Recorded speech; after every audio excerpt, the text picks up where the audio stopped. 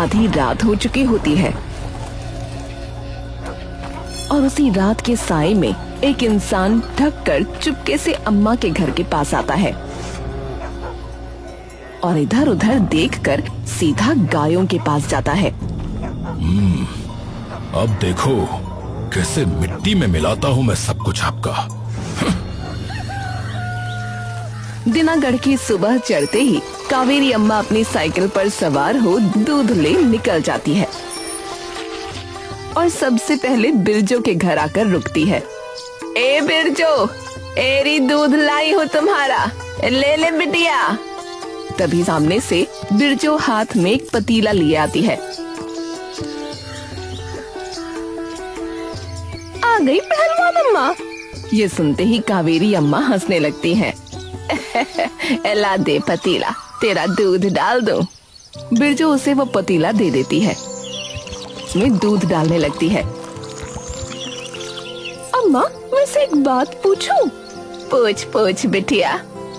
आपकी उम्र लगभग 55 या 60 तो होगी, तो आप अभी भी इतना काम कैसे कर लेती हो? रोज सुबह सुबह साइकिल पर इतने भारी दूध की बाल्टियां ढोकर सबके घर दूध पहुंचाती हो? अरे बस, ये तो खानदानी तंदुरुस्ती है। तुम सच में पिछले जन्म में पहलवान रही हो कि अम्मा?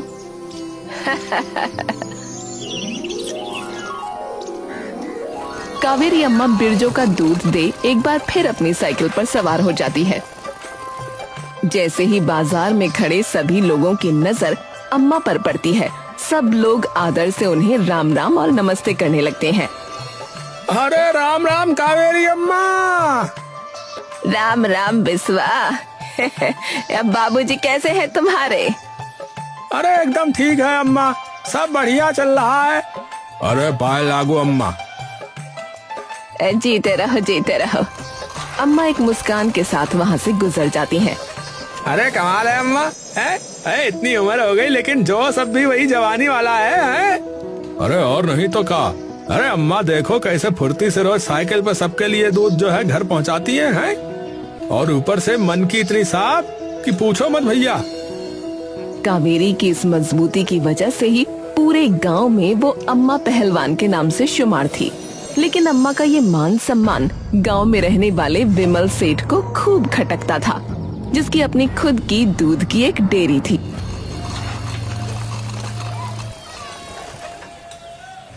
एक तो इस अम्मा ने नाक में दम कर रखा है। हाँ हाँ वो तो है, पर क्यों? अरे क्यों क्या बुद्धू? अरे तुझे पता नहीं है, आधे घर के लोग इस अम्मा से ही दूध लेते हैं। अच्छी भली डेयरी खोली हुई थी मैंने, लेकिन मुझे क्या पता था कि ये अम्मा ऐसे धंधा चौपट करवाएगी। तो क्या करना है मालिक इसका? कुछ तो सोचना पड़ेगा मन्नू, कुछ तो सोचना पड़ेगा। कावेरी अम्मा अपना सारा काम खत्म कर अपनी साइकिल पर थकी हारी घर की ओर लौट रही होती है। तभी रास्ते के कोने पर कुछ गरीब लोग बैठे दिखते हैं। साहब कुछ खाने को दे दो।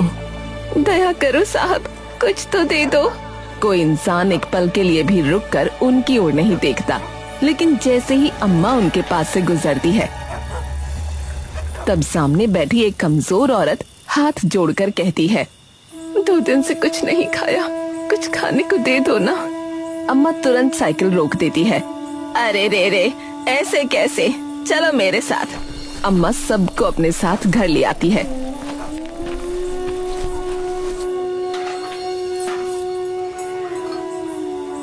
हे राम, आज ये बदन इतना क्यों दुख रहा है। अम्मा सभी लोगों के लिए खाना बनाना शुरू कर देती हैं, लेकिन उनके माथे पर पसीना साफ चमक रहा होता है और उनकी सांसें भी भारी होती जा रही होती हैं। पर फिर भी कुछ देर बाद वो सबके सामने खाना रख देती हैं। लो बेटा, पेट भर के खा लो है। सभी तुरंत खाने पर टूट पड़ते हैं और कुछ देर में उनका पेट भर जाता है। भर गया पेट? अम्मा, आप जैसा दयावान तो आज पहली बार देखा, जो किसी गरीब को खाना खिलाने घर ही ले आया। सच में अम्मा, आपका बहुत बहुत धन्यवाद। अरे तो उसमें कौन सी बड़ी बात है, खाने पे तो सबका हक है। हाँ, और बाद के लिए भी बांध दिया है, तो जब भी भूख लगे तब खा लेना। हाँ।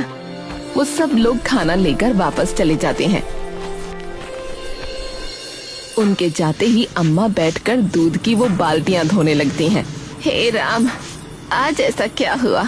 इतना ज्यादा बदन क्यों दर्द कर रहा है मेरा? हाय। अम्मा धीरे धीरे उठकर खड़ी हो जाती है और हाथ से माथा छूकर महसूस करती है कि उनका माथा पूरी तरह से गर्म हो चुका होता है। लगता है ज्यादा ही थकावट हो गई है, इसलिए तबीयत खराब हो गई है। चलो थोड़ा आराम कर लेती हूँ।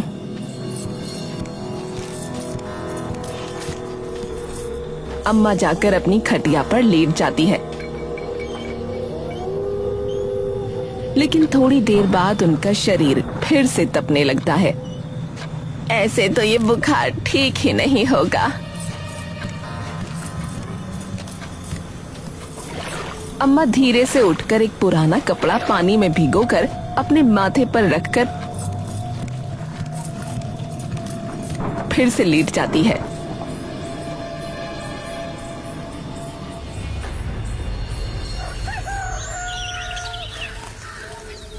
सुबह हो चुकी होती है, लेकिन अम्मा की आंख देर से खुलती है और जैसे ही अम्मा की नजर दीवार पर टंगी घड़ी पर पड़ती है तो एकदम से अपनी चारपाई से वो उठ जाती है। अरे रे रे, आज तो बहुत ही देर हो गई। अम्मा जल्दी जल्दी तबेले की तरफ भागती है जहाँ 5-6 गायें बंधी होती हैं। अम्मा तेजी से उनका दूध निकालने लगती है और फटाफट सारा दूध बाल्टी में भर के एक बार अपनी साइकिल पर बैठकर फिर से सबके घर दूध देने निकल जाती है। अम्मा जल्दी से साइकिल रोककर आवाज लगाती है, ए बिरजो, एरिया दूध ले ले बिटिया। बिरजो थोड़ी सी नाराज सी बाहर आती है।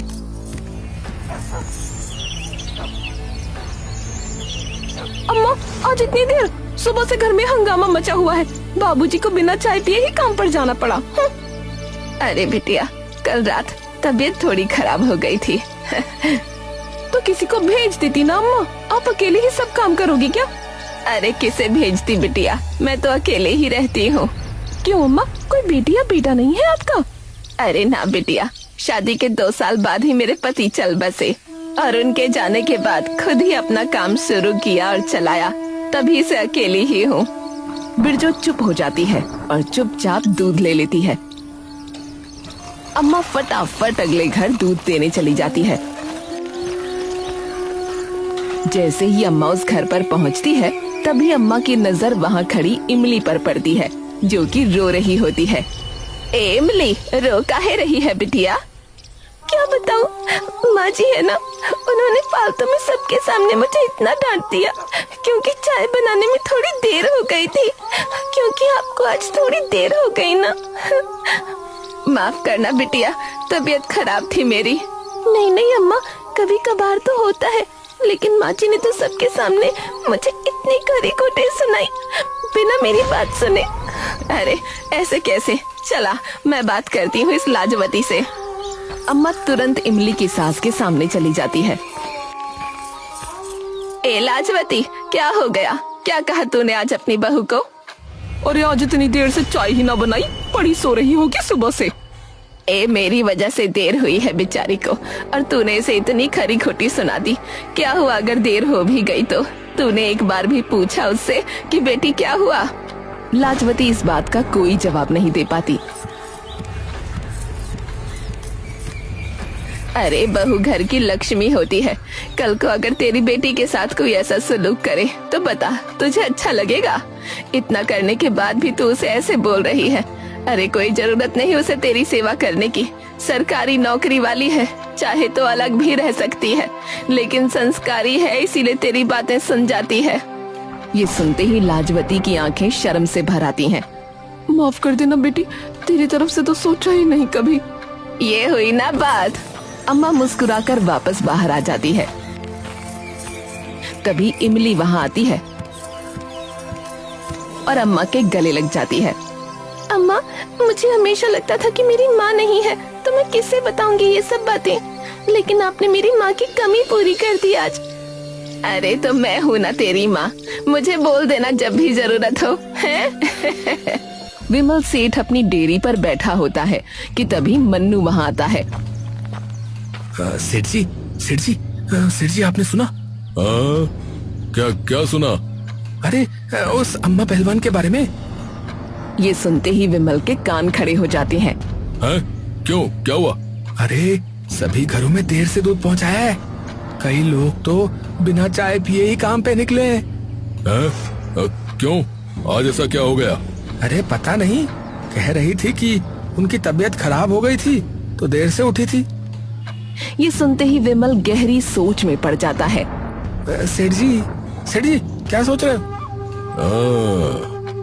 शायद हमारी दुकान चलाने का तरीका मुझे मिल गया है। हाँ।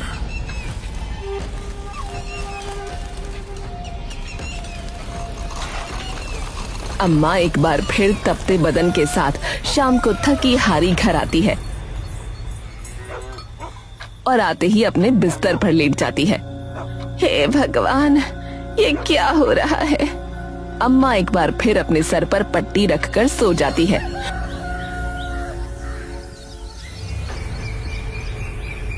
और अगले दिन फिर से उनकी और देर से आंख खुलती है, लेकिन उनका पूरा शरीर अब भी दर्द कर रहा होता है। अम्मा, आज फिर से इतनी देर? अरे पता नहीं, 2 दिन से तबीयत खराब हुए जा रही है, कल तो और ज्यादा, इसीलिए आज और देर से उठी मैं। अम्मा, अब डॉक्टर के पास जाकर दिखाओ ना, अगर कुछ बीमारी हुई तो।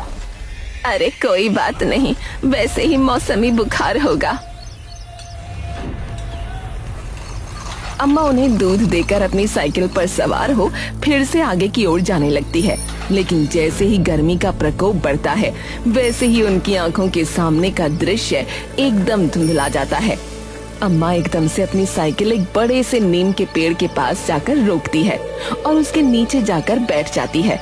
तभी विमल सेठ, जो कि वहाँ से गुजर रहा होता है, उसकी नजर अम्मा पर पड़ती है। अरे ये क्या देख रहा हूँ मैं भला? विमल सेठ पूरी फुर्ती से अम्मा के पास जाता है। अरे अरे अरे क्या हुआ अम्मा, ऐसे माथा पकड़ के क्यों बैठी हो? अरे बेटा, कमबख्त इस तबीयत ने जान खा रखी है मेरी। अभी आ रही थी तो एकदम से सर चकरा गया, इसीलिए यहाँ बैठी हूँ। अरे अरे आप तो घर जाकर आराम करो, अब इस उम्र में इतना काम थोड़े ही होता है भला। अरे पर ये दूध बाकी घरों में कौन पहुँचाएगा? अरे अम्मा, चिंता क्यों करती हो? अरे मैं हूँ ना, मैं अपने नौकर को बोल दूंगा, वो ले जाएगा। अरे तुम्हारा बहुत बहुत भला हो बेटा। अरे जाओ जाओ, आराम से घर जाओ। है आपकी साइकिल भी मेरा नौकर शाम को घर छोड़ जाएगा। है अम्मा मुस्कुराकर अपने घर चली जाती है और विमल तुरंत अम्मा की साइकिल अपनी दुकान पर ले जाता है। मन्नू जैसे ही विमल को अम्मा की साइकिल, तो वो एकदम चौंक कर उठता है। हाँ? अरे सेठ जी, ये आप अम्मा की साइकिल के साथ क्या कर रहे हैं? अरे बहस बाद में, पहले इसके अंदर जितना भी दूध है वो हमारे दूध में मिला दे। चल जल्दी कर। क्या? अरे कम सुनता है क्या? जो बोला है वो कर। मन्नू अम्मा की बाल्टी में से सारा दूध अपने दूध की बाल्टियों में मिला देता है। अब इससे क्या होगा मालिक? अब तू देखता जा कि इससे क्या होगा। विमल सेठ बाजार की ओर निकल जाता है और वहाँ जाते ही उसे वही बातें सुनने को मिलती हैं जिसका उसे बेसब्री से इंतजार होता है। अरे भाई, पता नहीं अम्मा को क्या हो गया आज। है घर से ही नहीं आई लग रहा है दूध देने, और कल इतनी देरी से आए थी। ऐसे कैसे काम चलेगा? और भैया हमारे घर भी कहाँ है बताओ? हैं? और मेरे नहीं, आज तो कई लोगों के घर पे नहीं आई है। उनकी तबीयत वगैरह खराब है सुना है, तो भूल गई होंगी। अरे तबीयत खराब तो बहुत छोटी बात कह दी भाई। आज दोपहर में मुझे नीम के पेड़ के नीचे लेटी दिखी हैं। हैं? अरे क्या बात कर रहे हो सेठ? अरे भाई सच कह रहा हूँ। अब देखो, उनकी भी गलती नहीं है, उम्र हो गई है, और इतनी धूप में इतने भारी भारी दूध के बर्तनों के साथ साइकिल चलाना अब आसान काम थोड़ी ना है, और आगे तो अब और परेशानी होगी जैसे जैसे उनकी उम्र बढ़ती जाएगी। लेकिन उसका मतलब ये भी नहीं है कि लोग उनके इंतजार में बैठे रहें हर रोज।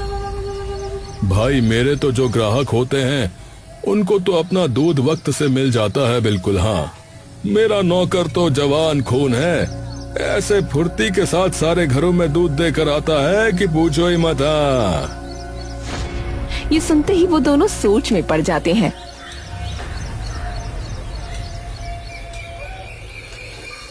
कावेरी अम्मा की तबीयत अब दिन पर दिन और खराब होती जाती है, जिसकी वजह से उन्हें रोज दूध पहुंचाने में और देर होने लगती है। और दूसरी ओर विमल सेठ भी जाकर लोगों के कान भरने लगता है। अम्मा माफ करना, लेकिन आज से हम अपना दूध विमल सेठ के यहाँ से मंगाएंगे। मेरा आपसे कोई बैर नहीं है अम्मा, पर अगर रोज रोज ऐसे ही देर होने लगी तो हमारे घर के क्लेश तो और बढ़ते जाएंगे। अम्मा ये सुनकर अपना सर झुका लेती है और कुछ नहीं बोल पाती। जैसी तुम्हारी मर्जी बेटिया।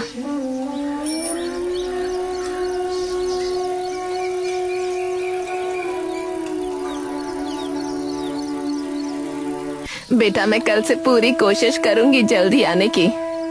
बात वो नहीं है अम्मा, अरे आप तो जानती हैं कि मैं आपकी कितनी इज्जत करता हूँ, लेकिन सुबह सबको काम पर निकलना होता है ना, तो इसलिए जल्दी दूध चाहिए होता है। और आप मुझे जो है माफ कर देना, हमारा दूध हम कल से विमल सेठ के यहाँ से मंगा लेंगे। अच्छा। कुछ ही दिनों में कई लोग अम्मा को मना कर देते हैं।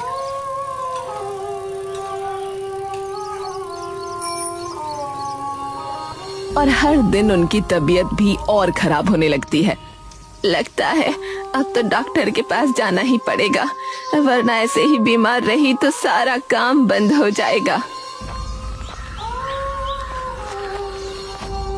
छोटा सा क्लिनिक होता है। अम्मा बेंच पर बैठी है।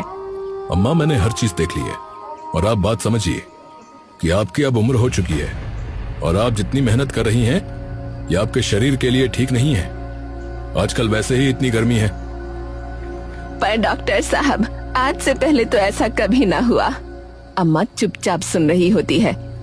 अम्मा उम्र भी तो बढ़ रही है, इसलिए इतनी तेज धूप में साइकिल चलाना, इतना भारी बोझ उठाना, ये सब अब आपको तुरंत छोड़ना पड़ेगा, वरना तो दिक्कत हो जाएगी। लेकिन डॉक्टर साहब, अगर काम छोड़ दिया तो गुजारा कैसे होगा? तो अम्मा कोई और काम देख लो। अम्मा चुपचाप वापस घर चली जाती है। कुछ ही दिनों में ये खबर फैल जाती है कि अम्मा का दूध का काम पूरी तरह से ठप पड़ चुका है, क्योंकि अम्मा की तबीयत खराब होने लगी है। हे प्रभु, अब तो धीरे धीरे सारे बचे पैसे भी खत्म होते जा रहे हैं, और ये शरीर भी साथ छोड़ रहा है। अब कहाँ जाऊं भला? काश कोई औलाद होती मेरी तो। तभी उनके घर के बाहर कुछ दस्तक आती है। कौन है? अरे अम्मा दरवाजा खोलो, हम हैं। अम्मा उठकर दरवाजा खोलकर देखती है कि सामने वही गरीब आदमी और औरत खड़े हैं जिसे उन्होंने खाना खिलाया था।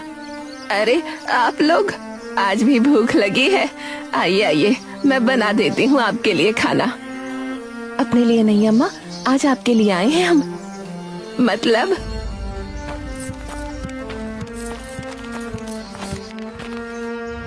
अरे अम्मा, सुना है कि आजकल आपकी तबीयत बहुत खराब रहने लगी है, जिसकी वजह से आप अपना काम भी नहीं कर पा रही।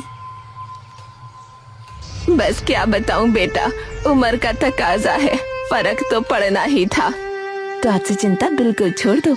आज से जितने भी घरों में दूध देकर आना है वो हम देकर आएंगे। बदले में आप हमें थोड़ी तनख्वाह दे देना, हमें भी काम मिल जाएगा और आपका भी काम हो जाएगा। ये सुनते ही अम्मा के चेहरे पर एक बड़ी सी मुस्कान आ जाती है। अरे हाँ हाँ, ये तो सही कहा तुमने। झुक झुक जियो मेरे बच्चों। ठीक है तो अम्मा, मैं कल सुबह आ जाऊंगी दूध निकालने, और फिर ये दूध बांट आएंगे। उससे पहले मुझे जाना पड़ेगा हर घर ये बताने कि अब उन्हें चिंता करने की जरूरत नहीं है, अब से दूध जल्दी आएगा। अम्मा अपनी साइकिल उठाकर अपने पुराने ग्राहकों के घर पहुंचती है और उन्हें ये बात बता देती है।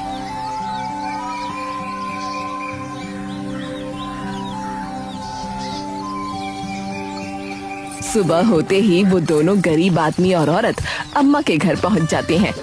अरे वाह, आ गए। सबने हाँ बोल दिया क्या अम्मा? नहीं, कुछ ही लोग माने बस, पर कोई बात नहीं, और जो नहीं माने वो बाद में मान जाएंगे। हाँ, ये भी सही कहा।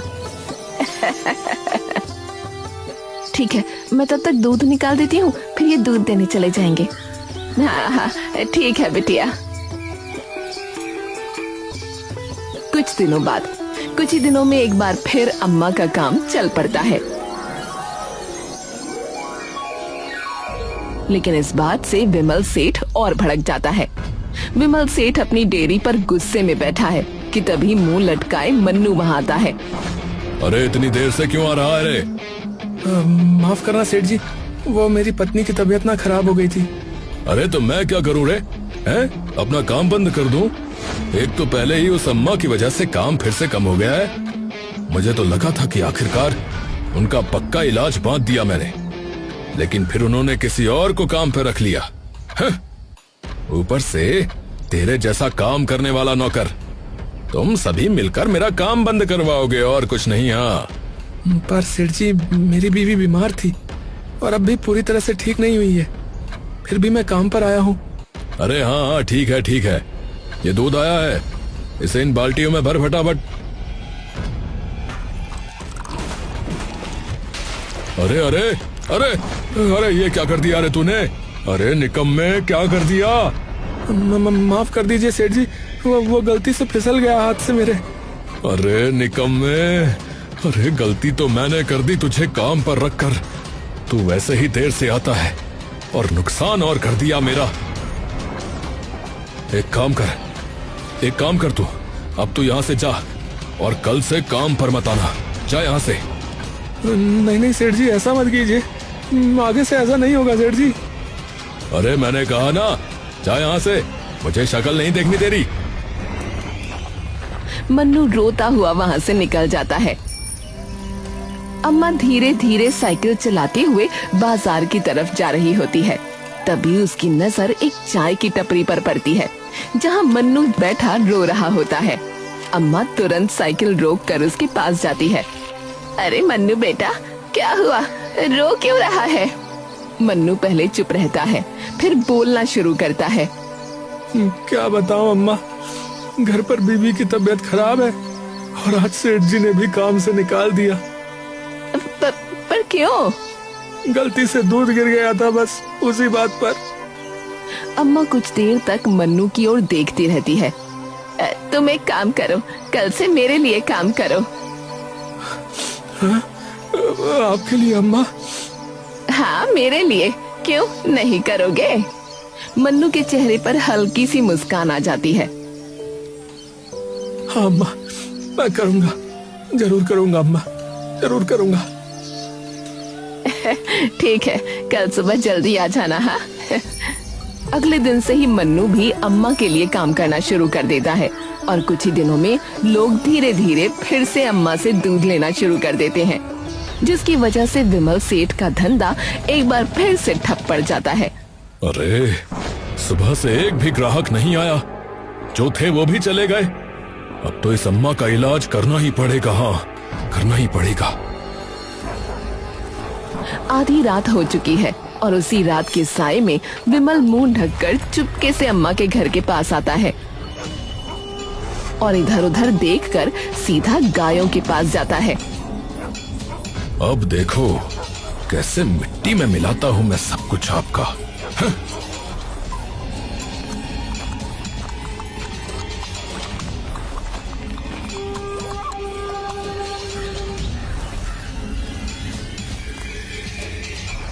अरे रे, मेरी गाय कहाँ गई? मेरी गाय! हाय!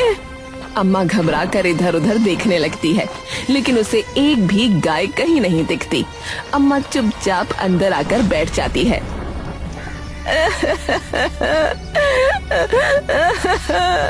तभी वो गरीब आदमी, औरत और मन्नू अंदर आते हैं। अम्मा क्या हुआ, आप रो क्यों रही हैं? अम्मा रोते रोते उन्हें सारी बात बताती है। तीनों एक दूसरे की तरफ देखते हैं।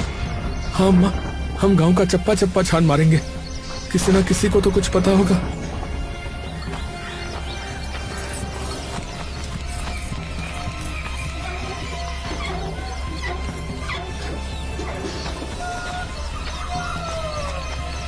सुबह से शाम हो जाती है, लेकिन तीनों में से किसी को भी अम्मा की किसी गाय का कोई पता नहीं लगता। अम्मा किसी ने भी नहीं देखा। ये सुनते ही अम्मा फिर से रो पड़ती है। ए राम, अब क्या होगा? मेरे पास तो इतने पैसे भी नहीं कि नई गाय ले आओ। अम्मा, पर ये हुआ कैसे? क्या किसी ने चोरी की है? तभी मन्नू को एकदम से आभास हो जाता है। अम्मा, मुझे पता है कि ये किसने किया है। ये सब विमल सेठ का काम होगा। लालची कहीं का, इसकी तो अभी के अभी थाने में रिपोर्ट लिखानी पड़ेगी। हाँ, सच में। सभी लोग तुरंत विमल सेठ की कंप्लेंट थाने में दर्ज करवाते हैं।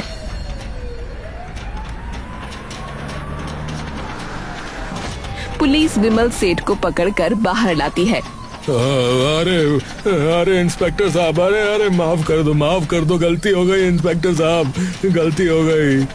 अब भुगतो सेठ अपने लालच का फल। बताओ, अम्मा की गाय कहाँ है? देखो उन्हें तो मैं बहुत दूर एक खुले मैदान में छोड़कर आ गया था। अब तो मुझे भी नहीं पता कि वो कहाँ है।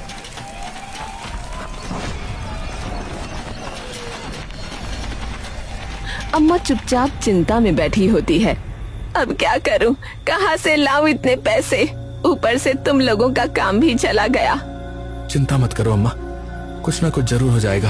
हाँ अम्मा, आप चिंता मत करो, हम लोग आपको छोड़कर कहीं नहीं जाएंगे।